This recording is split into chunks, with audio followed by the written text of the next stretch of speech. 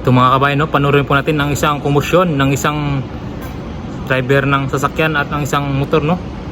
Kumbaga ito yung nasa video, yung matanda, ito po yung driver ng sasakyan.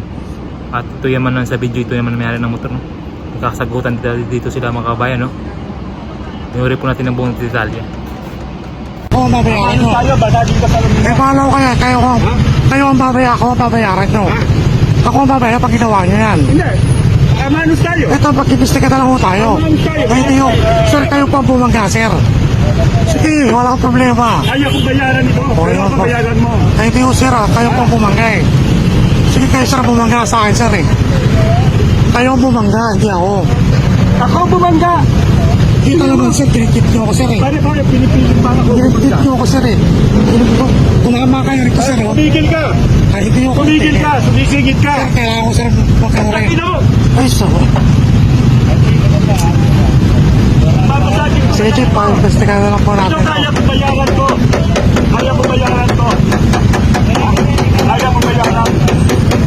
Ito hindi mo kaya bayaran. Pag ako babayaran yan, wala kasalanan. Tingin nyo mga kabayan, sino ang mali dito? At saka payag ba kayo na nasira yung sasakyan niya at sisirain din yung motor mo? Kumbaga magsiraan kayo at saka magbayaran. Ano ba yan? Payag ba kayo sa gusto mangyari ng may-ari ng sasakyan?